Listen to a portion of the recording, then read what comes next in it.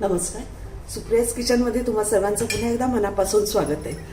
आज आपण बघणार आहोत दुधीच्या तिखट पुऱ्या. त्यासाठी इथे मी दुधी घेतलाय, पण आपण हा पूर्ण नाही घेणार आहोत. हा मी एवढा घेणार आहे. हा जवळजवळ अर्धा किलो दुधी आहे.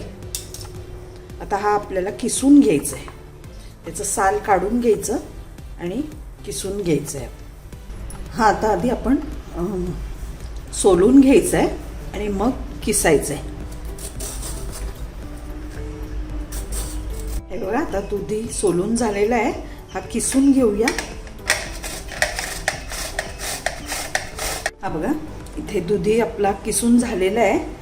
आता हा पिळून घ्यायचा आहे, कारण यामध्ये खूप पाण्याचा अंश असतो, तर त्यामुळे पीठ पातळ होण्याची शक्यता असते. तर हा आपण व्यवस्थित पिळून घेऊया. हे बघा, आपण दुधी पिळून घेतलेला आहे. यात जर मोठ्या बिया असल्या तर त्या आपण काढून टाकायच्या. हे बघा, यातून मी किती पाणी काढलंय ते. हे पाणी जर गरज लागली तर वापरायचंय, नाहीतर तुम्ही इतर भाजीमध्ये किंवा डाळीत वापरू शकता. आता यामध्ये आपण घालणार आहोत 1 कप गव्हाचं पीठ, अर्धा कप रवा घालायचा आहे. बारीक रवा घालताय मी. हे अर्धा चमचा चिली फ्लेक्स आहेत. 1 मिरची घातली आहे. इथे अर्धा चमचा ओवा घालायचा आहे. तो थोडासा हातावर क्रश करून घालायचा. कोथिंबीर घालूया.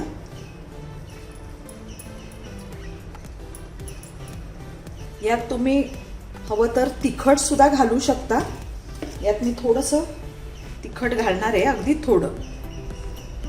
आता चवीपुरतं मीठ घालायचंय. 2 चमचे तेल घालूया. आता हे आपण पीठ भिजवून घ्यायचंय. अजिबात पाणी घालायचं नाही. जर गरज लागली तरच घालायचंय. आणि आपल्याला पुरीसाठी जसं आपण घट्ट पीठ मळतो तसंच मळून घ्यायचंय. हे बघा, यात आपल्याला थोड्याशा पाण्याची गरज आहे. तर हे जे आपण पिळून काढलेलं पाणी आहे दुधीचं, तेच घ्यायचंय. थोडं थोडंच घालायचंय. पीठ अजिबात मऊ होता कामा नये. पीठ घट्ट असेल तरच पुऱ्या अगदी खुसखुशीत होतील. हे बघा, आपलं पीठ मळून झालेलं आहे. हे असं घट्ट हवं. 3 चमचे मी पाणी यात घातलं. परत याच्यापेक्षा जास्त नाही घालायचं. आता हे पीठ आपल्याला अर्धा तास झाकून ठेवायचंय, म्हणजे तो रवा जो आपण घातलाय तो व्यवस्थित भिजेल. हे बघा, आता अर्धा तास झालेला आहे. पीठ आपलं चांगलं भिजलंय. आता याचे पुरीसारखे गोळे करून घ्यायचेत आपल्याला.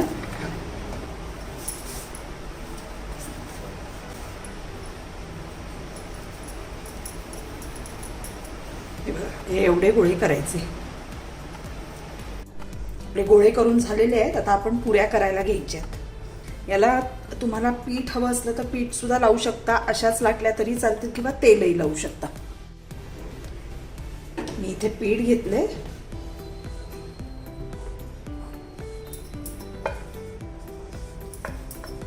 अगदी पातळही नाही आणि अगदी जाडही नाही. अशा पुऱ्या लाटून घ्यायच्या आहेत.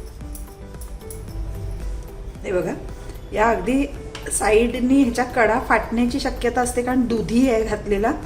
तर तुम्ही एक मोठी चपाती करून जरी वाटीनी केल्या तरी चालतील किंवा अशाही केल्या तरी चालतील. या अशा आपण सगळ्या पुऱ्या आधी करून घेऊया. या बघा, आपल्या पुऱ्या लाटून झालेल्या आहेत. आता मी इथे तेल तापत ठेवलंय. आपण पुऱ्या तळायला घेऊया. तेल तापलेलं आहे. आता आपण पुऱ्या तळून घेऊया.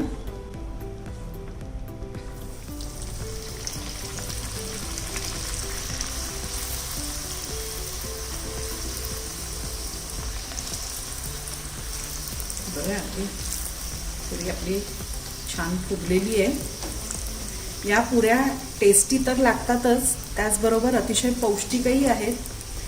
ज्या घरांमध्ये मुलांना दुधीची भाजी आवडत नाही अशा ठिकाणी या पुऱ्या तुम्ही चहा सोबत किंवा जेवणासोबतही केल्या तरी छान लागतात.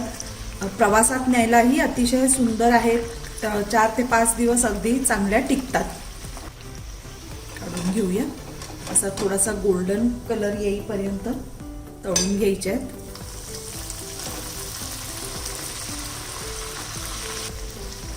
तुम्ही नक्की करून बघा आणि आवडल्या तर माझ्या व्हिडिओला लाईक करा, शेअर करा आणि माझ्या चॅनलला जर सबस्क्राईब केलं नसेल तर सबस्क्राईब करा. बेल आयकॉन दाबा म्हणजे नवनवीन मी जेव्हा रेसिपी टाकेन तेव्हा त्याचं नोटिफिकेशन तुम्हाला येईल. सगळ्या पुऱ्या आपण अशाच तळून घेऊया.